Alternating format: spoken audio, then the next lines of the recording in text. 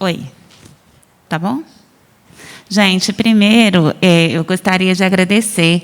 Eu queria falar na mesa anterior, mas eu fiquei mais observando, parabenizando as escolhas que foram colocadas aqui e falar da necessidade dessas temáticas servirem da universidade, servir como extensão em projetos lá na escola. Porque nós, que somos professoras da periferia, gente, nós trabalhamos com projetos com os nossos estudantes para que eles possam mapear as nascentes que ficam perto das suas casas. E quando a universidade ela trabalha com esses projetos, eu fiquei pensando, aqui, o professor, acho que é Paulo, falando dos picos, presta atenção nesses topos aqui, né? Presta atenção nisso aqui que tem a ver com o que está no... Eu fiquei pensando como que isso é interessante para a gente trabalhar com um projeto da universidade integrado lá com esses estudantes e trabalhando isso nas comunidades, né? Então, é necessário que também desse projeto, desse seminário, saia a necessidade de mais projetos que dialoguem com as escolas, com projetos que dialoguem com a educação dos filhos da classe trabalhadora, para levar essas informações da necessidade de preservar essas áreas, de preservar essas nascentes, porque elas são importantes. Né? E passa tudo por cima com uma naturalidade muito grande, porque não é que existe uma desarticulação. Para mim, não há desarticulação. Para mim, é tudo articulado. A articulação é desintegrar, é retirar tudo da população. Então, fazer com que a população possa pegar várias linhas de ônibus, pagar uma passagem insuportável e cada vez mais se sentir desvalorizada, humilhada, é um projeto dessa sociedade capitalista. Isso é um projeto muito maldoso. Então, o que a gente precisa fazer?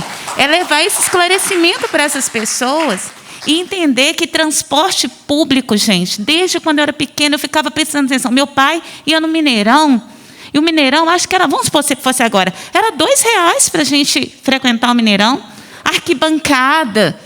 O Mineirão agora, para a gente ir no Mineirão, para levar os nossos estudantes, a gente não pode, porque é tão caro, os nossos estudantes não têm acesso a ir no Mineirão. Eles não podem ir no Museu de Arte da Lagoa da Pampulha, porque está travado, está fechado. E quando tem que frequentar esses espaços, a mobilidade, o transporte, o preço das passagens é impossível, é inviável.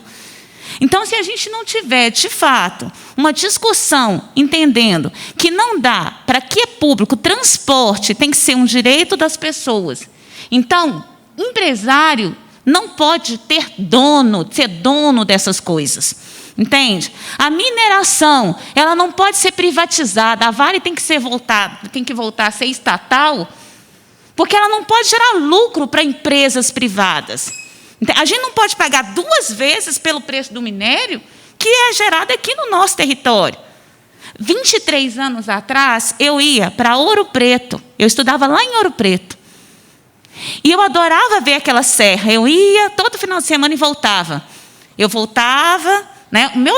O processo que eu ia e voltava, não é porque eu queria, é porque eu tinha que trabalhar aqui lavando roupa para pagar a minha faculdade lá em Ouro Preto. Não é para pagar a faculdade. Porque um seminarista falou para mim assim, Jana, é mais barato você ficar em Ouro Preto do que você ficar aqui na UniBH. Porque aqui tem transporte, você vai ter que pagar a passagem. E lá você vai tentar a moradia, você vai tentar a bolsa. Ele falou tudo isso comigo. E foi por isso que eu fiz esta opção. E, ao fazer essa opção, gente, eu tive um processo de entender a necessidade de conservação das universidades públicas sem parceria de privada. Porque essas ONGs e as OSCs, o que estão por trás das ONGs e as OSCs é um interesse privado. A educação está sendo toda sucateada no nosso país porque estão vendendo pequenos territórios para as OSCs e para as ONGs. E o que acontece por trás? Atrás de professores, de pesquisadores, como a gente está aqui, o que coloca? Instrutores. Coloca instrutores para dar aula, coloca instrutores para falar sobre isso, escolhem qual projeto que vai direcionar a academia, gente. Não é a academia que, por suas pesquisas, por necessidades, escolhe o que vai ser feito. É o mercado que escolhe o que vai ser investido. E o professor larga os seus projetos para dizer o quê? Responder ao que o capitalismo está colocando. Então, de verdade, nós precisamos, e aí reforça aqui a fala do Frei Gilvander, nós precisamos ter coragem de enfrentar essa sociedade. Esse sistema, a reforma dele, gente, ela só vai gerar mais morte. Essa história já aconteceu. Ela acontece há mais de 500 anos. O professor falou aqui, a gente não teve esse conhecimento do que foi essa violência que passou nessas estradas, porque a gente, de fato, a gente não tinha vozes que vinham até aqui. Mas foi tudo um processo de violência, de brutal violência e extermínio das populações e das culturas. Então, quando é que nós, tendo todo esse conhecimento, todo esse desenvolvimento que aqui vocês estão colocando, como que nós vamos ter coragem para romper com esse processo? Porque essa sociedade, gente, ela mata, ela vai continuar matando.